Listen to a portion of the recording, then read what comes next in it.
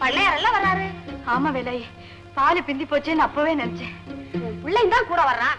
என்னமோ ஏதோ தெரியலையே. நீ ஏன் பயப்படுற? கொஞ்சம் பிந்திட்டாதான் என்ன? காமாட்சி, என்னங்க ஐயா? நடக்க கூடாத அதிசயம் நடந்திருக்கு காமாட்சி. என்ன சொல்றீங்க ஐயா? காமாட்சி, நீ பெத்த இந்த பாலகன் சாதாரண பிள்ளை இல்லம்மா. வானத்திலிருந்து இறங்கி வந்த ஒரு தாயை நேர்ல பார்த்த அருள் பெற்றவன். தேவலோகத்திலிருந்து வந்த தாய் காரணம் இல்லாம ஓ மகனுக்கு காட்சி கொடுக்க வேண்டியதில்லை. அதை பார்க்கிற பாக்கியம் உன் பிள்ளைக்கு கிடைச்சிருக்கு. அப்படிப்பட்ட புண்ணிய செஞ்ச பிள்ளைய பெத்தவனி 1000 பிறவி எடுத்தாலும் யாருக்கும் கிடைக்காதுமா அந்த பெருமை. எனக்கு ஒண்ணுமே புரியலைங்க. என் மகன் தெய்வத்தை பார்த்தானே சொல்லுங்க. எப்பங்க? காமாட்சி, பால் எடுத்துக்கிட்டு வர்ற வழியில வானத்திலிருந்து ஒரு அம்மா கையில குழந்தையோட இறங்கி வந்து உன் மகன்கிட்ட பால் வாங்கி குடிச்சிருக்காள். நடந்தது தெரியாம நான் அவங்கிட்ட கோச்சுக்கிட்டேன். பால் குறைவா இருக்கேன்னு நான் அவங்கிட்ட காரணம் கேட்க நினைச்சா புல்லரிக்குது காமாட்சி. பானையில குறைவா இருந்த பால் நிறைஞ்சு வழிஞ்சு வீடெல்லாம் பெருகிட்டது. அது மட்டும் இல்ல காமாட்சி, குளத்தங்கரைக்கு வந்தோம். உன் மகன் கூப்பிட்டதும் எனக்காக அந்த அம்மா ஜெகஜோதியா வந்தாங்க. அதை எப்படி சொல்றதுன்னே எனக்கு புரியல. அந்த ஜோதியை நான் தாங்கவே முடியல காமாட்சி, தாங்கவே முடியல. என் கண்ணு, நான் பெத்த பிள்ளை, என் ராசா, நீ தெய்வத்தை பாத்தியம்மா. என் கண்ணு.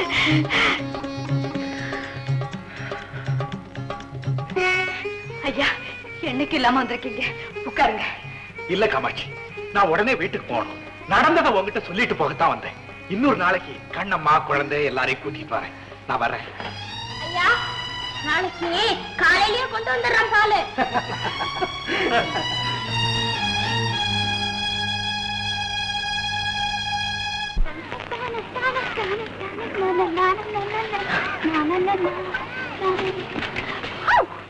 என்னப்பா அறிவு இருக்காவுல? பண்ணையார் வந்துகிட்டு இருக்காரு, உன் பாட்டு கையை விச்சுக்கிட்டு எதிர வர்றீங்க. என்னடா கருப்பையா? கும்புறானுங்க ஏசமா. என்ன சத்தம் போட்டுக்கிட்டு இருக்க? ஒண்ணும் இல்லைங்க, ஏசமா வர்றது கூட கவனிக்காம எதையோ ரோசனை பண்ணிட்டு எதிர வந்துட்டுதுங்க. ஓஹோ, எதிர வந்தா என்னடா? என் பண்ணையில வேலை செஞ்சா நீங்கெல்லாம் எனக்கு அடிமைகளா? அது என்ன ஏசமா அப்படி சொல்லிட்டீங்க? ஒசர பறந்தாலும் ஊர்க்குருவி பருந்தாயிடுங்களா? இது யாரு, உன் மகளா? ஆமாங்க, ஒன்னே ஒண்ணுன்னு கொஞ்சம் செல்லமா வளர்த்துட்டு அது என்னடான்னா எங்கிட்ட சண்டை போடுதுங்க. போப்பா, நான் எப்ப உங்ககிட்ட சண்டை போட்டேன்? விளையாட்டு நிக்கிறாரு. ஏண்டா அவளை மிரட்டுற? அப்படி என்ன சண்டை போட்டாவ? நம்ம கர்ணம் ரங்கையாவோட மகனுக்கு இவளை கொடுக்கறதா நினைச்சிருந்தாருங்க. நினைச்சியா இல்ல சொன்னியா? ஆமா, அவளை சொன்னேன். அதனால என்ன? அப்போ நம்ம நிலைமைக்கு மேல கேக்குறாங்க. அதனாலதான் வேற இடம் பாக்குறேன். கலையத்துல என்ன பிள்ளை வச்சிருக்க? மோர் ஊத்தி கலக்குன நீராகாரம் இருக்குங்க. அப்படியா? அதுல கொஞ்சம் ஊத்து. எசமா, என்னங்க இது? நீங்க எங்ககிட்ட வந்து வேண்டாங்க. ஏண்டா துடிக்கிற? கொண்டா உள்ள. உப்பு போட்டிருக்கீல்ல? போட்டிருக்கேங்க.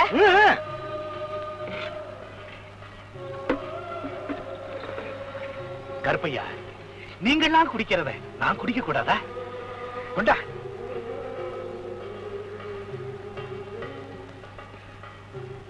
எசமா, நீ என்ன நினைக்கிறேன்னு எனக்கு தெரியுது.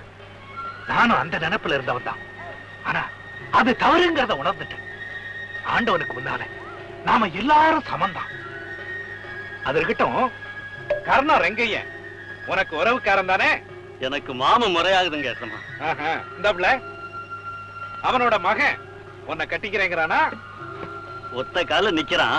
ஆனா அவங்க அப்பன் தான். சரி சரி, அவனை அழைச்சுக்கிட்டு என்ன வந்து பண்ணையில பாரு. செலவை பத்தி கவலைப்படாதே, நான் தர்றேன். ஒரு 10 மா நிலமும் கொடுத்துருவோம். எசமா, இனிமே நம்ம ஊர்ல யாருக்கும் குறை இருக்காது, இருக்க கூடாது. அப்படி அதிசயம் நடந்திருக்கு. எசமா சொல்றது இந்த ஏழைக்கு ஒண்ணுமே புரியலீங்களே. நாளை காலையில நம்ம பண்ணை ஆளுங்க எல்லாரையும் அழைச்சிட்டு வா, விவரமா சொல்றேன். எவ்வளவு உன் மனசுப்படிதான் கல்யாணம் நடக்கும். எசமா, வேண்டாம் வேண்டாம் வேண்டாம் வேண்டாம்.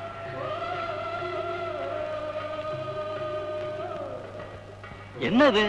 பண்ணையார் விடுகதை போட்டுட்டு போறாரு. அதான் தேங்காய் உடைச்சாப்புல சொல்லிவிட்டாரு, கல்யாண செலவு நான் தர்றேன்னு. நீதான் இழுக்கிற. செல்லாயி, உன்னை செல்லமா வளர்த்துட்டு இப்ப கண்கலங்க வைக்கணும்னு எனக்கு மட்டும் ஆசையா? இல்லாத குறைதான். நீதான் என்ன பொல்லாதவன் ஆக்கிட்ட. கோச்சிக்காதப்பா, நான் சும்மா விளையாட்டுக்கு தான் சண்டை போட்டேன். எப்படியோ நீ நல்லபடியா சந்தோஷமா இருந்தா சரி. இனிமே ஒரு குறையும் இருக்காதுன்னு ஐயா பொசுக்குன்னு சொல்லிவிட்டாரு. பார்க்கலாம். அறுவடை முடிஞ்சதும் ஒன்னு புடிச்சு கொடுத்துறேன். கருணும் அவன் கையில. என்னடா இது ஒரே நாளையில இவ்வளவு பரபரப்பா போயிடுச்சு. ஊரு பூரா இத பத்தி ஏப்பாச்சா இருக்குது. அதுல பாருங்க இந்த பொருளிய கிளப்பி விட்டவனே ஒரு பொடி பைய காமாட்சி மகன் சுந்தரம். ஏன்டா பொருளிகள் சொல்லிட்டு இருக்கீங்க? அந்த பைய பார்த்தா நம்புனா நம்புங்க, நம்ப காட்டி போங்க. ஆமண்டியா எப்படி வெட்டி கொடுக்குங்களா? வானத்துல இருந்து தேவதை வந்துச்சா, பால் வாங்கி குடிச்சுதா, பன்னியார் வீட்டுல பால் பொங்குச்சுதா. கடவுளாருங்க கதை. பய மரத்தடியில தூங்கி இருக்கிறான். கலா கிலா கண்டிருப்பான். தங்கையா அந்த பையன் அந்த அம்மாவை பாக்கலன்னே வச்சுப்போம். ஆனா பன்னியார் வீட்டுல பால் பொங்குனது நம்ம கிராமத்து ஜனங்களா அதை பார்த்தது. இது கூட பொய்யா போகும். வாண்டி அங்க வர்றா பால் குடம். இந்த சுந்தரமே வர்றாண்டா. ஏன் அவகிட்ட போறீங்க? மறுபடியும் புதுசா ஒரு கதையை சொல்ல போறான்.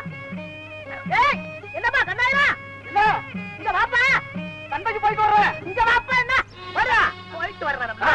உங்களுக்கு தெரியுமா அதிசயம்? சொன்னாங்க பன்னியார் வீட்டுல தானே இந்த பயனா. ஏப்பா சுந்தரா, டேய் கதையை கட்டி விட்டது நீதானே? நான் ஒண்ணும் கதை சொல்லல. இன்னும் என்ன சொன்ன? டேய் தங்கையா, அவன் அறியாத பையன், சூதுவாது தெரியாது. அவன் பார்த்ததானே சொன்னான். வாய முடிக்கிட்டப்பா. பார்த்தானா? நான் ஒண்ணும் நினைக்கல. ஏடா கணா கட்டியா? நான் ஒண்ணும் கனா காணல, கண்ணால பார்த்தேன். கண்ணால பார்த்தேன். அழைச்சி 3 விடல. அதுக்குள்ள ஊருக்குள்ள உள்ள பெரிய மனுஷங்க உன கும்பிட வச்சுட்டியா? நான் ஒண்ணும் தப்பு பண்ணல. ஆனா ஊருக்குள்ள போராடி பண்ணிட்டீங்க. கூச்சல் போட்டுக்கிட்டு இருக்கீங்க. நீயா பாட்டி? வா வா, நாங்க கூச்சல் போடல, கதை கேட்டுக்கிட்டு இருக்கோம். மானத்துல இருந்து வந்து அம்மாவை பார்த்தாங்க சுந்தரம். அந்த கதையை சொல்லிக்கிட்டு இருக்கான். நம்ம சுந்தரமா? நம்ம காமாட்சி மக சுந்தரமா? எங்க எங்க எங்கப்பா? பாருங்க சுந்தரம். கண்ணு சுந்தரம், நீதானே அந்த தெய்வத்தை பார்த்த? உன்னை கண்ணால கூட பார்க்க முடியாத கபோதியா இருக்கிறப்பா. பாட்டி, அம்மா தான் ஜோதியா வந்தாங்க. நான் சொன்னா இவங்க எல்லாம் நம்ப மாட்டேங்கிறாங்க பாட்டி. நான் நம்புறேன்டா கண்ணு, நான் நம்புறேன். பாட்டி, நீ கூப்பிட்டா கூட அந்த அம்மா மேல இருந்து வருவாங்க. கொஞ்சம் கூப்பிட, நாங்களும் பாத்துக்கிறோம்.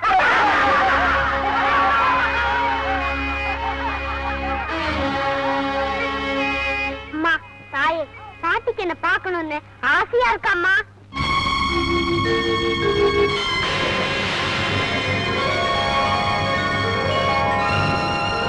சுந்தரா, எனக்கு கண்ணு வந்துருச்சப்பா.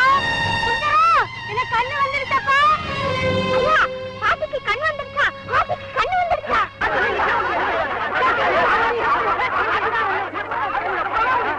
தம்பி, உன்னோட பெருமை தெரியாம நாங்க என்னென்னமோ கேள்வி செஞ்சிட்டோமப்பா. ஆமாப்பா தம்பி, எங்களை எல்லாம் மன்னிச்சிருப்பா.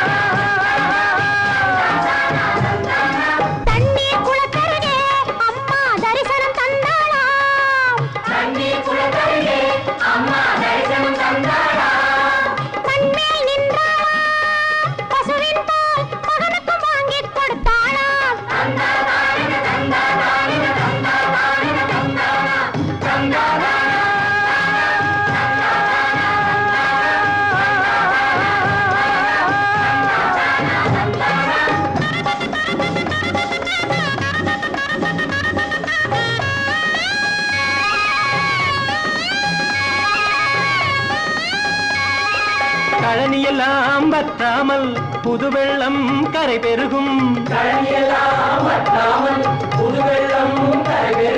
பழகி வரும் பசுமாடெல்லாம் குடங்குடமாய் பால் சொரியும்.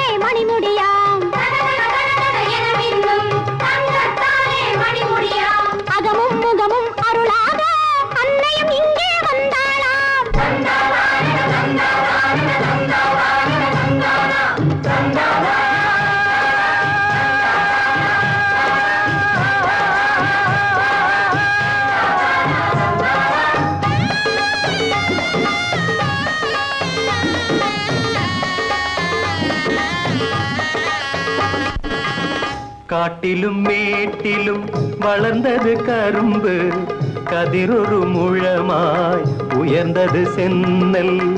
காட்டிலும் மேட்டிலும் வளர்ந்தது கரும்பு, கதிரொரு முழமாய் உயர்ந்தது சென்னல்.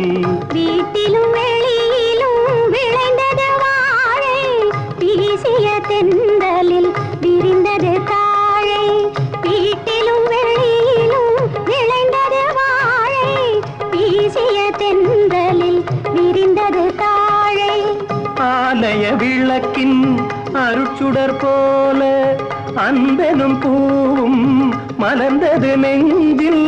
சீலமும் தெய்வபக்தியுமிடையா சிறந்தனர் மாந்த இனிமையே ஆனார்.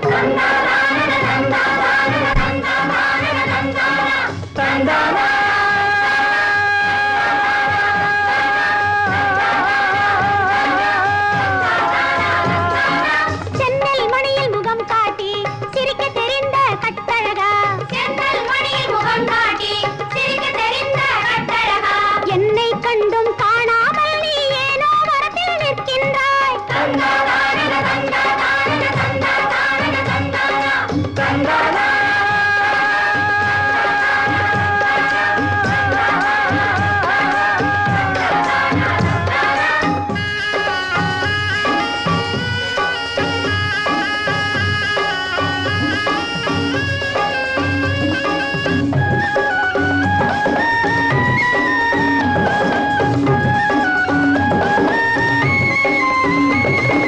அறுவடை செய்யும் பெண்மையிலே உன்னாசை என்னை அறிந்தாளோ, அறுவடை செய்யும் பெண்மையிலே உன்னாசை என்னை அறிந்தாளோ.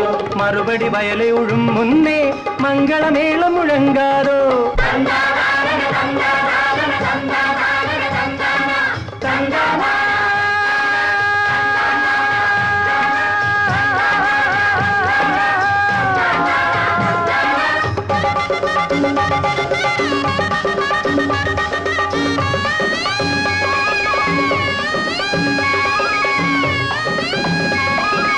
ஏக்கம் இனி இல்லை நெஞ்சில் இருளும் இனி உண்டோ, ஏக்கம் இனி இல்லை நெஞ்சில் இருளும் இனி உண்டோ. காக்கும் ஒரு தெய்வம் வந்து கருணை பொழிந்ததுவே, காக்கும் ஒரு தெய்வம் வந்து கருணை பொழிந்ததுவே. கையால் எடுத்து வரும் கையால் அமுதம் எடுத்தும் திருநாள் வருகிறதே உனக்கு சிரிப்பும் மலர்கிறதோ. தந்தா தானன தந்தா தானன தந்தா தானன தந்தானா தந்தானா.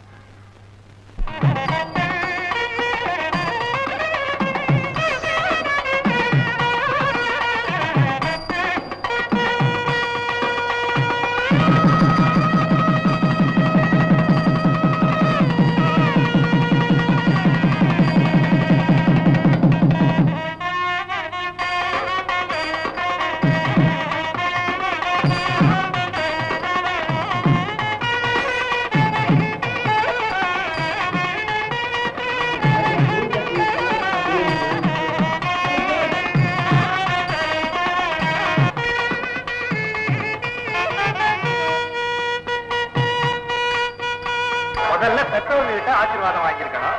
பரவாயில்ல பரவாயில்ல, 16 பெத்து பெருவாழ்வு வாழும். பண்ணையார் மனம் மாறிடுச்சு. ஊரெல்லாம் செழிப்பானது. மறந்து கிடந்த மக்கள் எல்லாரும் கடவுளை நினைக்க ஆரம்பிச்சாங்க. தேவமாதாவோட புகழ் தேசமெல்லாம் பரவ ஆரம்பிச்சது. அந்த ஆள் ராத்திரி தூங்கவே மாட்டேங்கிறான். அதனால அவருக்கு தூக்க மருந்து கொடுக்கலாமான்னு கேக்குறீங்களா? நீங்களும் ஒரு டாக்டர் தானே, நீங்க தான் முடிவு பண்ணணும். டாக்டர், ஜமீன்தார் மனைவிக்கு ரொம்ப சீரியஸா இருக்கும். அப்படியா? நான் உடனே பண்றேன். வெரி வெரி, ஜமீன்தாருடைய மனைவிக்கு சபகேஷன் அதிகமாயிடுச்சா? தேவையான மருந்து எடுத்துட்டு உடனே புறப்படும். Yes doctor. டைம் என்னாச்சு? கடியாரா இருக்கு, பாத்துக்கங்க.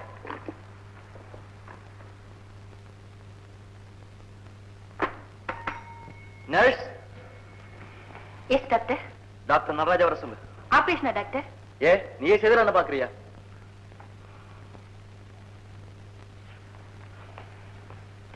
Hello brother. என்ன பிரதர் ஒரு மாதிரியா இருக்கீங்க? எந்த கேஸ் எடுத்தாலும் டாக்டர் மேரியை தான் கூட்டிட்டு போறாரு. அதுக்கு என்ன செய்யறது? மேரி ரொம்ப இன்டெலிஜென்ட். ஒரு டாக்டரை விட ரொம்ப புத்திசாலித்தனமா உதவி செய்யறான். உன்கிட்ட போய் சொல்ல போறான் பாரு, நீ ஒரு மேரி பைத்தியம். சொல்ல போனா மேரி இங்க நர்ஸா இருக்கிறதுனால தான் நான் இந்த ஹாஸ்பிட்டல்லயே இருக்கேன். மேரி இவர் குறை சொல்லலப்பா. பெரிய கேஸ்களை ட்ரீட் பண்ண இவருக்கு ஒரு சான்ஸ் தர வேண்டாமா? இப்ப பாரு, இந்த ஜமீன்தார் விட்டு கேஸ் வரும்னு இவர் எவ்வளவு நாளா காத்துக்கிட்டு இருந்தா தெரியுமா? டாக்டர், ஒரு சீரியஸான கேஸ். நர்ஸ், நாங்க ரொம்ப முக்கியமான சமாச்சாரம் பேசிட்டு இருக்கோம். யூ கேன் கோ நவ. இல்ல டாக்டர், இது ரொம்ப சீரியஸான கேஸ் டாக்டர். டாக்டர்யா, என் குழந்தையை காப்பாத்துங்க. என் புள்ளையை காப்பாத்துங்க டாக்டர்யா.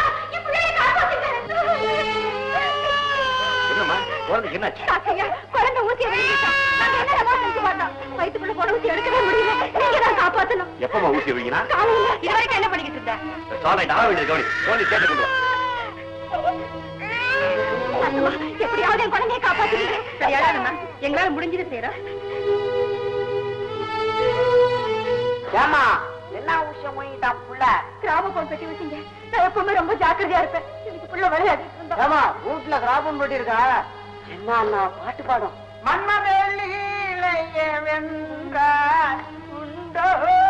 சும்மாரியா அந்த மாதிரி துடிச்சு போயிருக்காங்க. என்ன பாட்டு பாரியா பாட்டு? ஏமா வீட்டுக்கு ஒரே பிள்ளையா? ஆமாங்க. அவ்வளவுதான். இனிமே ஊசியம் அப்புறம் என்ன இருக்குது? பௌத்த கீரி தான் எடுக்கணும். பச்சை குழந்தை தாங்குமா? ஐயோ, அப்படியெல்லாம் சொல்லாதீங்க. என் பிள்ளைக்கு ஒண்ணு என்னால தாங்கவே முடியாது. அழாத. இந்நேரம் அரிசி எடுத்துக்கிட்டு இருப்பேன். டாக்டர்யா, என் குழந்தையை எப்படியாவது காப்பாத்துங்க டாக்டர்யா. எப்படியாவது காப்பாத்துங்க. ஏமா அழுதுட்டு இருக்கற? டாக்டர்யா, என் பையன் காப்பாற்ற பண்ணிக்கிட்டான். நீங்க தான் பெரிய மனசு வச்சு காப்பாத்துற பெரிய டாக்டர்யா. நீங்க தான் காப்பாத்தணும். இப்ப எங்க அவன்? இதோ. கவலைப்படாதம்மா, நான் பாக்குறேன். அம்மா, தைரியமா இருங்க, அழாதீங்க. உங்க குழந்தைக்கு எந்த ஆபத்தும் வராது. அம்மா, நீ குழந்தை எடுத்துட்டு உடனே பெரிய ஆஸ்பத்திரிக்கு போ. டாக்டர்யா, அப்படியெல்லாம் சொல்லாதீங்க டாக்டர்யா. பேசுற நேரத்தை வேணாம்மா. ஊசி எங்க சிக்கிருக்குன்னு எங்களால கண்டுபிடிக்க முடியல. சீக்கிரம் குழந்தை எடுத்துக்கோ. மேரி, குழந்தை கொடுத்து.